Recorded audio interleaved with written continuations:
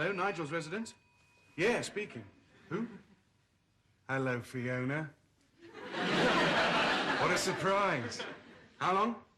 6 months. Yeah, well, I've been meaning to ring you, but I lost your number. Of course I hadn't forgotten you. Really, I lost your number. And the pressure of work. Doing what? Well, waiting really hard to go to college. Oh, Fiona. This is Fiona Singleton, isn't it? Of course it is, of course it is. I mean, how many Fionas do I know? None. What? When? Today? Yeah, I'd love to. The trouble is the Porsche's in for servicing. If I can just get a vehicle... Listen, can I call you back? Yes, I've got your number. You thought I'd lost it. I thought I'd lost it. I have. No, got it. What is it? Got it. All right, I'll ring you back in a minute. Yeah, don't leave the phone. I'll call right back. Bye-bye, Fiona. Hello, Dad. Nigel. Not working today, then? Got the day off. Yeah, Mum said. Make a nice break. Have a quiet, peaceful day at home. I mean, there's no sense in having the day off and spending it rushing around in all the traffic. It's particularly heavy today, apparently, so it said on the radio. Heavy lorries going round diversions and jackknifing into roadworks because the traffic lights have failed again. You know, the usual stuff. Usual stuff. Yeah, usual stuff. Mum's not using the car today either, so it's just going to be sitting out there all day long getting dirty. Car keys. Well, all right, if you insist. What would I do without you? Starve on foot. On foot, that's great.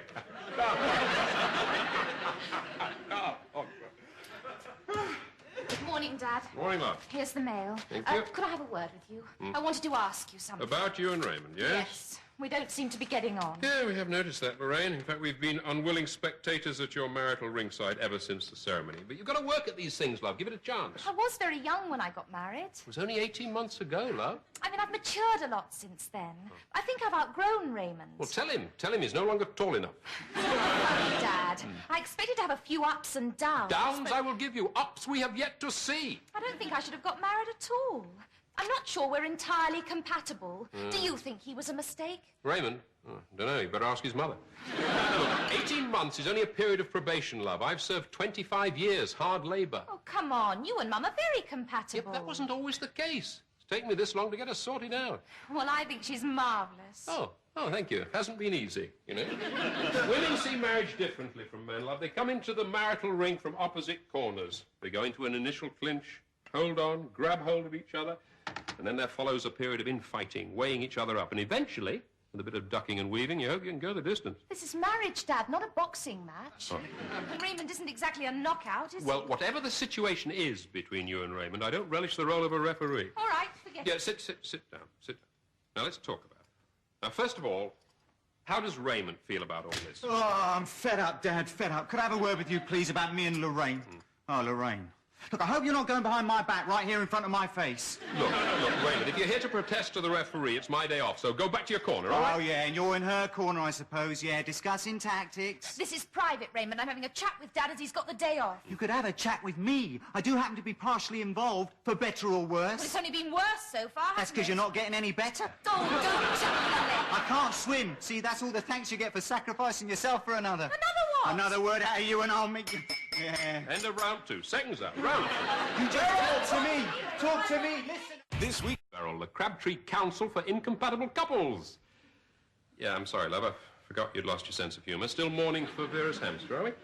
Now then, I think we ought to talk about this freely and openly so that Raymond and Lorraine can have their say here in the bosom of the family.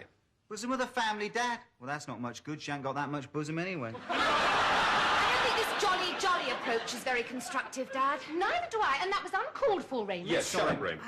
We don't want this discussion of your marital problems to descend to a personal level, OK? I'm sorry, Dad, but it's not about bosom, is it? Or any of the marital entertainments. What? It's about warmth.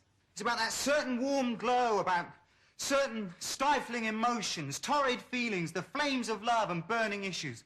you mind if I take my pullover off? It's getting a bit hot in here, isn't it? Perhaps we should open the window, Beryl. Look, why don't you sit down, Arthur, and let them have their say? Yes, all right, all right. Look, we've gone over a lot of this before, so let's have something illuminating and original from you, Raymond. My wife doesn't understand me. Thank you, Raymond. Lorraine? Well, for a start, when we got married, Raymond had big plans about getting a good job, a good income, and a nice home of our own. So far, all I've had is no money, empty promises, and your spare room.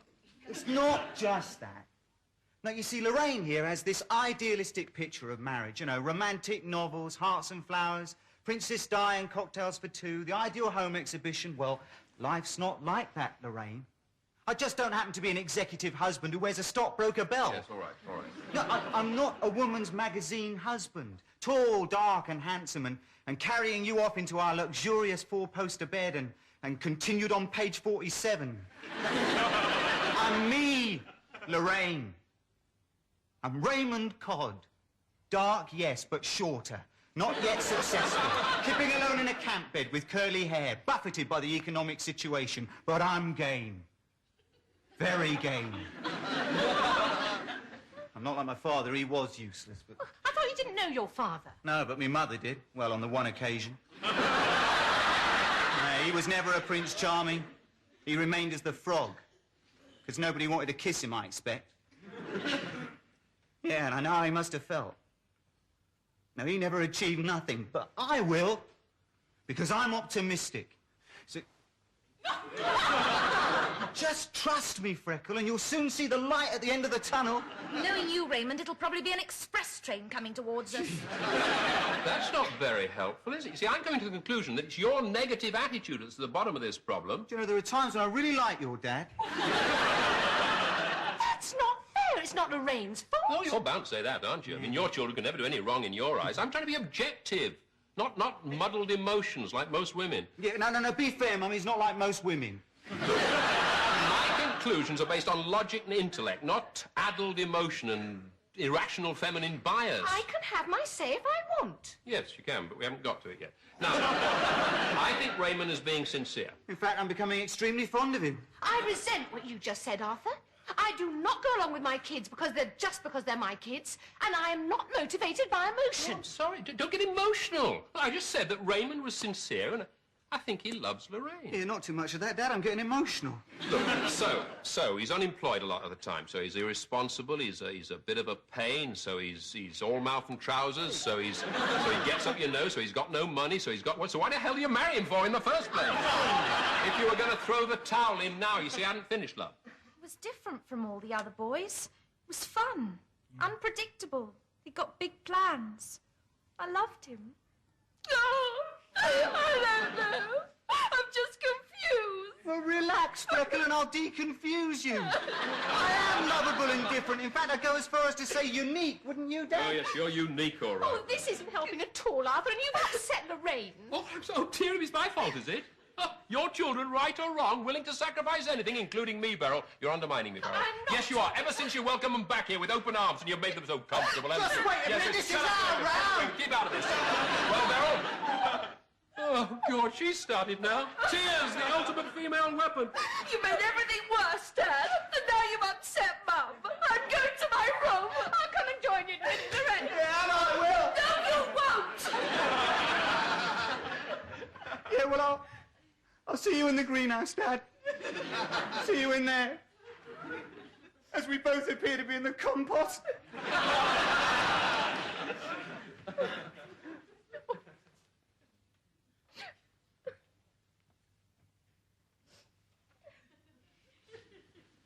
I'm sorry, Beryl. I just wanted a quiet day off, that's all. I suppose I got a bit emotionally involved, didn't I? A bit turgid. Perhaps we both did. Yes, you're probably right. Marriage guidance, that could be the answer. I'll arrange for Raymond and Lorraine to go along and see them. And then we'll have a little chat later, all right? Just you and me, yeah? About your selfless devotion to the family, all right? Oh, don't be so infuriating!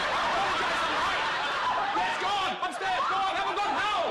Yes! Let's have some syncopated sobbing! Yes, the two of you! In stereo! Sometimes I wish Adam had kept his bloody ribs to himself!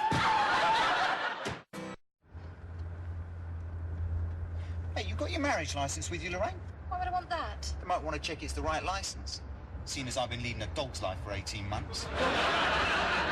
Are you sure this was a good idea, Dad? I mean, I said I'd give it a try, but what about him and his disruptive attitude? It's your attitude that's caused my attitude. You were incompatible to me before I was ever incompatible to you. All right, calm down, Raymond. You can have your say when we get there. I'm sorry, Dad.